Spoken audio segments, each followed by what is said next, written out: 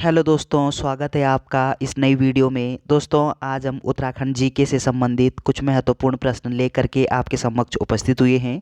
तो बिना देरी किए इन महत्वपूर्ण सवालों को शुरू करते हैं। इससे पहले अगर आपने हमारे चैनल को सब्सक्राइब नहीं किया है तो प्लीज़ सब्सक्राइब कर दें। तो चलिए, इस वीडियो का पहला प्रश्न है, Indian Institute of Remote Sensing कहाँ है? तो Indian Institute of Remote Sensing ये कहाँ पे स्थित है? Option A Nainital, option B Uttarkashi, option C Dehradun, option D Almora. तो आपका सही आंसर क्या होना चाहिए? आपका सही आंसर होगा कि ये कहाँ पे स्थित है। आप बोलोगे देहरादून में स्थित है। तो Indian Institute of Remote Sensing ये देहरादून में स्थित है। ऑप्शन सी यहाँ पे सही दिया गया है। अगला प्रश्न है, निम्न में से किस स्थान पर आकाशवाणी केंद्र है? तो आकाशवाणी केंद्र ये किस स्थान पर है? Option A Pithoragarh, option B Udham Singh Nagar, option C Tehri, option D Almora. तो आपका सही आंसर क्या होना चाहिए कि आकाशवाणी केंद्र ये कहाँ पर है? आपका सही आंसर होगा अल्मोड़ा। ऑप्शन डी यहाँ पे सही दिया गया है। अगला प्रश्न है, उत्तराखंड में किस नदी का नाम राठ वाहिनी है? तो राठ वाहिनी हम किस नदी को बोलते हैं? Option A Nayar, option B Pindar, option C Ramganga, option D Saryu. तो आपका सही आंसर क्या होना चाहिए? आपका सही आंसर होगा कि रामगंगा नदी का दूसरा नाम भी है राठ वाहिनी। ऑप्शन सी यहाँ पे सही दिया गया है। अगला प्रश्न है कि गोखले नामक आभूषण पहना जाता है। तो गोखले नामक जो आभूषण है ये कहाँ पे पहना जाता है? ऑप्शन ए कलाई पर, ऑप्शन बी बाजू पर, ऑप्शन सी नाक पर, ऑप्शन डी गला पर। तो कहाँ पे पहना जाता है? इस प्रश्न का सही उत्तर क्या होना चाहिए? आपका सही आंसर होगा कि ये गोखले नामक जो आभूषण है ये बाजू पर पहना जाता है। ऑप्शन बी यहाँ पे सही दिया गया है। अगला प्रश्न है, निम्नलिखित में से कौन उत्तराखंड की जनजाति नहीं है? तो उत्तराखंड की जनजाति कौन सी नहीं है इन चार में से? तो आपका सही आंसर क्या होना चाहिए? Option A Bhotia, option B Tharu, option C Boksa, option D Nag. तो आपका सही आंसर होगा नाग। ये उत्तराखंड की जनजाति नहीं है। तो ऑप्शन डी यहाँ पे सही दिया गया है। अगला पॉइंट आपको क्या ध्यान रखना है कि उत्तराखंड में कितनी जनजातियाँ पाई जाती है? आप बोलोगे 5 जनजातियाँ। तो इनमें से नाग जो जनजाति है ये उत्तराखंड की जनजाति नहीं है। ऑप्शन डी यहाँ पे सही दिया गया है। अगला प्रश्न है कि सर्वाधिक ऊंचाई पर पाया जाने वाला पुष्प है। तो सर्वाधिक ऊंचाई पर कौन सा पुष्प पाया जाता है? ऑप्शन ए फेन कमल, ऑप्शन बी ब्रह्म कमल, option C Himalayan poppy, option D potentilla. तो आपका सही आंसर होगा कि सर्वाधिक ऊंचाई पर ये फेन कमल पाया जाता है। ऑप्शन ए यहाँ पे सही दिया गया है। अगला प्रश्न है कि गैरसैंण के समीप किस नदी का उद्गम स्थित है? तो गैरसैंण के समीप किस नदी का उद्गम होता है? Option A Alaknanda, option B Gomti, option C Ramganga, option D Purvi Nayar. तो आपका सही आंसर क्या होना चाहिए? आपका सही आंसर होगा रामगंगा नदी। ये इसका उद्गम कहाँ से होता है? आप बोलोगे गैरसैंण के समीप होता है। ऑप्शन सी यहाँ पे सही दिया गया है। अगला प्रश्न है कि उत्तराखंड में निर्वाचित होने वाली कुल विधानसभा सीटें कितनी हैं? तो उत्तराखंड में निर्वाचित विधानसभा सीटें कितनी हैं? Option A 30, option B 71, option C 70, option D 8। तो निर्वाचित जो विधानसभा सीटें हैं वो कितनी हैं? 70। ऑप्शन सी यहाँ पे सही दिया गया है। अगला प्रश्न है, निम्न में कौन सी उत्तराखंड की अनुसूचित जाति है? तो उत्तराखंड की अनुसूचित जाति कौन सी है इन चारों में से?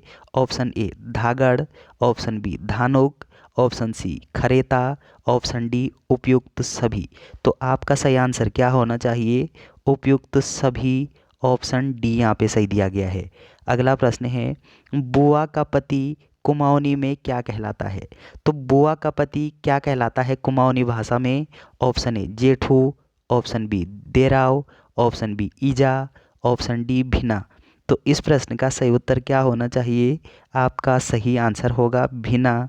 ऑप्शन डी यहाँ पे सही दिया गया है। अगला प्रश्न है, उत्तराखंड में कितने प्रकार के वन पाए जाते हैं? तो कितने प्रकार के वन पाए जाते हैं उत्तराखंड में? ऑप्शन ए 4 प्रकार के, ऑप्शन बी 2 प्रकार के, ऑप्शन सी 3 प्रकार के, ऑप्शन डी 5 प्रकार के। तो आपका सही आंसर क्या होना चाहिए? आपका सही आंसर होगा कि 4 प्रकार के वन पाए जाते हैं उत्तराखंड में। ऑप्शन ए यहाँ पे सही दिया गया है। अगला प्रश्न है कि दैनिक पत्र बद्री विशाल कहाँ से प्रकाशित होता है? तो दैनिक पत्र है बद्री विशाल, ये कहाँ से प्रकाशित होता है? Option A Uttarkashi, option B Nainital, option C Dehradun, option D Haridwar. तो इस प्रश्न का सही उत्तर क्या होना चाहिए?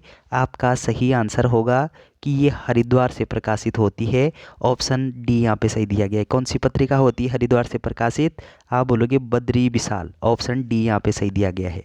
अगला प्रश्न है कि पंडित गोविंद बल्लभ पंत राजकीय संग्रहालय कहाँ है? तो पंडित गोविंद बल्लभ पंत राजकीय संग्रहालय कहाँ पर स्थित है? Option A Tehri, option B Pithoragarh, option C Uttarkashi, option D Almora. तो आपका सही आंसर क्या होना चाहिए? आपका सही आंसर होगा ये अल्मोड़ा में स्थित है। ऑप्शन डी यहाँ पे सही दिया गया है। अगला प्रश्न है उत्तराखंड में कितने प्रकार के नदी समूह पाए जाते हैं? तो नदी समूह कितने प्रकार के हैं उत्तराखंड में? ऑप्शन ए 3 प्रकार के, ऑप्शन बी 2 प्रकार के, ऑप्शन सी 4 प्रकार के, ऑप्शन डी 6 प्रकार के। तो आपका सही आंसर क्या होगा कि 3 प्रकार के उत्तराखंड में नदी समूह पाए जाते हैं। ऑप्शन ए यहाँ पे सही दिया गया है। अगला प्रश्न है अर्धकुंभ का मेला उत्तराखंड में कहाँ लगता है? तो उत्तराखंड में अर्धकुंभ मेला कहाँ पर लगता है? Option A Haridwar, option B Prayag, option C Nashik, option D Tehri. तो अर्धकुंभ का मेला लगता है आपके हरिद्वार जिले में। ऑप्शन ए यहाँ पे सही दिया गया है। और कुंभ का मेला भी हरिद्वार में लगता है 12 साल बाद, अर्धकुंभ 6 साल बाद लगता है। तो चलिए अगला प्रश्न है कि पुष्कर भंडारी किस खेल के अंतर्राष्ट्रीय खिलाड़ी हैं? तो पुष्कर भंडारी ये किस खेल के हैं अंतर्राष्ट्रीय खिलाड़ी? Option A cricket, option B hockey, option C football, option D badminton. तो आपका सही आंसर क्या होना चाहिए? आपका सही आंसर होगा कि पुष्कर भंडारी ये फुटबॉल के अंतर्राष्ट्रीय खिलाड़ी हैं। ऑप्शन सी यहाँ पे सही दिया गया है। अगला प्रश्न है कि हरिद्वार में हर की पौड़ी का निर्माण करवाया था। तो हरिद्वार में हर की पौड़ी का निर्माण किसने करवाया था?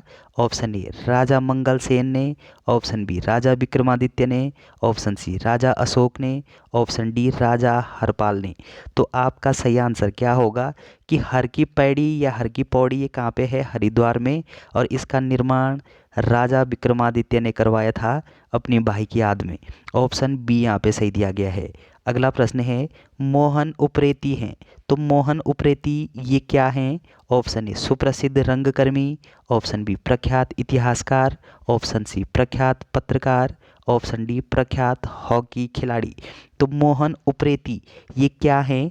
आपका सही आंसर होगा कि ये सुप्रसिद्ध रंगकर्मी हैं। ऑप्शन ए यहाँ पे सही दिया गया है। अगला प्रश्न है कि पहाड़ी हिंदी में कौन सी भाषा शामिल है? पहाड़ी हिंदी में कौन सी भाषा सम्मिलित है? Option A Kumaoni, option B Garhwali, option C Jaunsari, option D उपयुक्त सभी। तो आपका सही आंसर क्या होगा कि उपयुक्त सभी भाषाएं ये पहाड़ी हिंदी में सम्मिलित है। ऑप्शन डी यहाँ पे सही दिया गया है। अगला प्रश्न है कि देवर भाभी के प्रेम के आधार पर गीतमय नृत्य कौन सा है? तो देवर व भाभी के प्रेम के आधार पर गीतमय नृत्य कौन सा है? Option A Chhaupati, option B Kedara, option C Sarav, option D boss सरेला। तो आपका सही आंसर क्या होगा कि बॉस सरेला ये देवर और भाभी के प्रेम के आधार पर गीतमय नृत्य है। ऑप्शन डी यहाँ पे सही दिया गया है। तो चलिए दोस्तों, वीडियो अगर आपको अच्छी लगती है तो चैनल को सब्सक्राइब करना ना भूलें। Thanks for watching.